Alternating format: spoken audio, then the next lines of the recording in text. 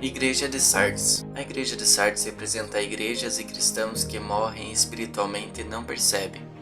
A cidade de Sardes foi construída sobre uma rocha em 1150 a.C.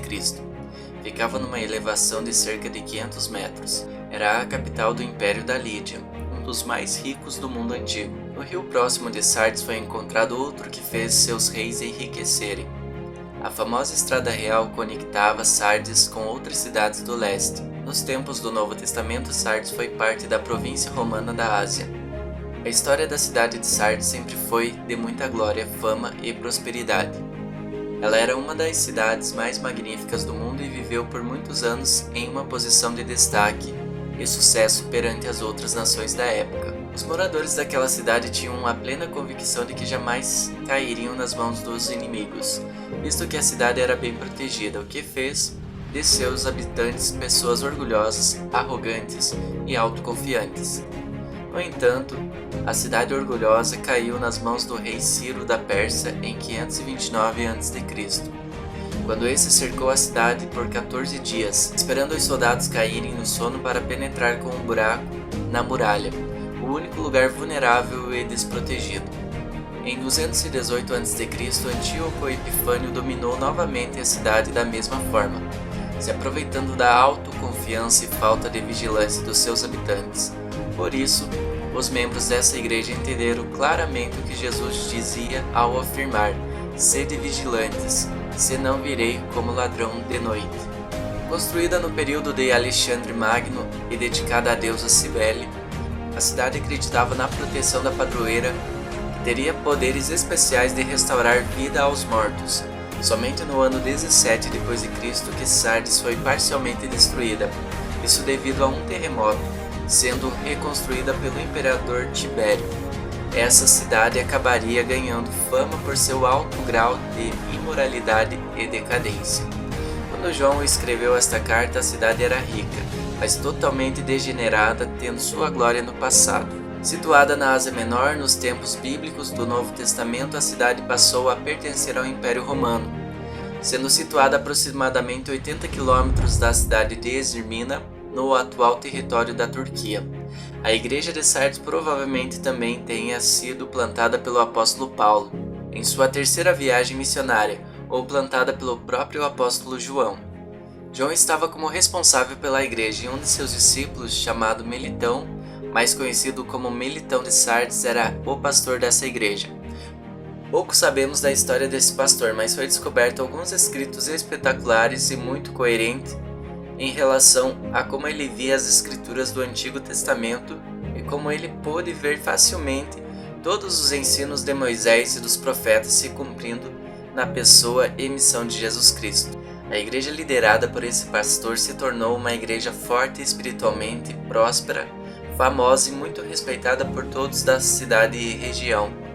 Conhecida por ser uma igreja com forte poder e influência e forte conhecimento bíblico, arrastava muitas pessoas para a convenção em Cristo. Porém, o tempo foi passando e a maioria dos cristãos dessa comunidade se orgulharam de sua posição e destaque alcançado e começaram a deixar de buscar a Deus como faziam no início.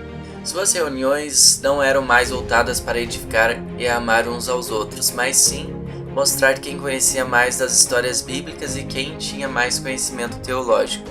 A postura da igreja começou a ser de pessoas que estavam mais interessadas na prosperidade financeira, destaque social e profissional, e foram aos poucos abandonando a importância da oração, do devocional, do jejum, da espera pela volta de Jesus e começaram a aceitar práticas pecaminosas que antes não toleravam. A igreja de Sardes estava praticamente morta espiritualmente. Mesmo mantendo sua aparência de riqueza, fama, poder para a cidade, tal aparência não poderia mais agregar indiferença na vida dos habitantes, pois o que transforma vidas não são templos nem riquezas, mas a presença de Jesus que se manifesta através de cristãos avivados e apaixonados por Ele. A igreja vivia de glórias e experiências do passado, mas já não tinham mais nenhuma glória no presente e não almejavam ter no futuro.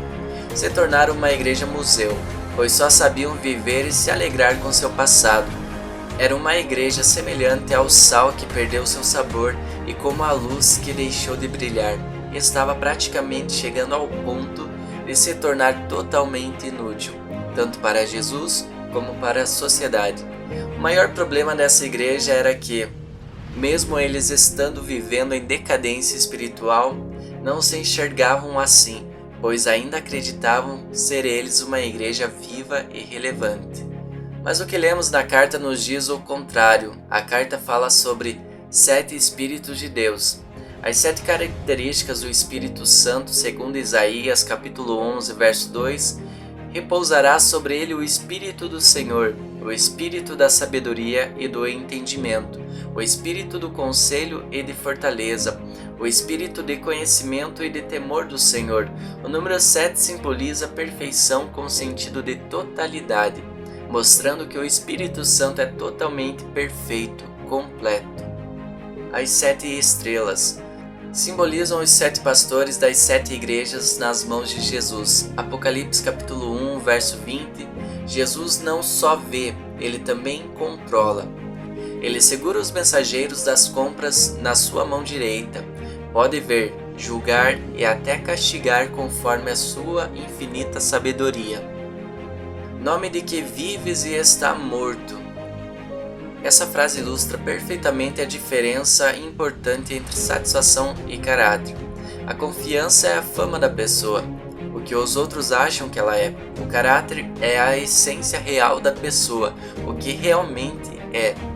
As outras pessoas veem somente por fora, mas Jesus vê o homem interior e pode sondar os corações.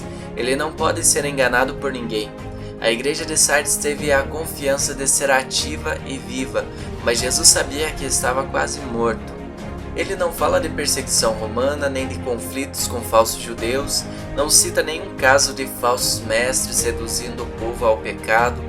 Ele fala de uma igreja aparentemente em paz e tomada por indiferença e apatia. A boa fama não ocultou a verdadeira natureza desta congregação dos olhos do Senhor. Viviam de aparências, um falso avivamento. Se vigilante. Por falta de cuidado, Sardes caiu aos inimigos em guerra. Espiritualmente, discípulos e roupas caem por falta de vigilância. Muitas passagens do Novo Testamento frisam a importância da vigilância, pois o pecado nos ameaça. Falsos mestres procuram devorar os fiéis. Não devemos descuidar porque não sabemos a hora que o Senhor vem. O bom soldado toma a armadura de Deus e vigia constantemente com perseverança e oração. Virei como ladrão. Jesus empregou essa ideia várias vezes no seu trabalho entre os judeus, e os apóstolos imitaram este exemplo nas suas cartas. No Apocalipse, Jesus prometeu vir como ladrão, encontrando despreparadas as pessoas que não vigiavam, não contaminaram suas vestes. No meio de uma igreja quase morta, Jesus encontrou algumas pessoas fiéis. Este fato nos lembra de que o julgamento final será individual. Cada um receberá segundo o bem ou o mal que tiver feito por meio do corpo. Embora as cartas fossem destinadas às 7 igrejas, as mensagens precisavam ser aplicadas na vida de cada discípulo. A salvação não é coletiva, é individual. Ao mesmo tempo, não devemos interpretar este versículo para justificar tolerância de pecado aberto numa igreja. Pessoas que sabem do pecado e não agem para corrigi-lo não podem alegar ter vestiduras brancas, pois desobedecem à palavra de Deus. Não devemos ser participantes nem cúmplices nas obras das trevas. Andarão de branco e vestiduras brancas.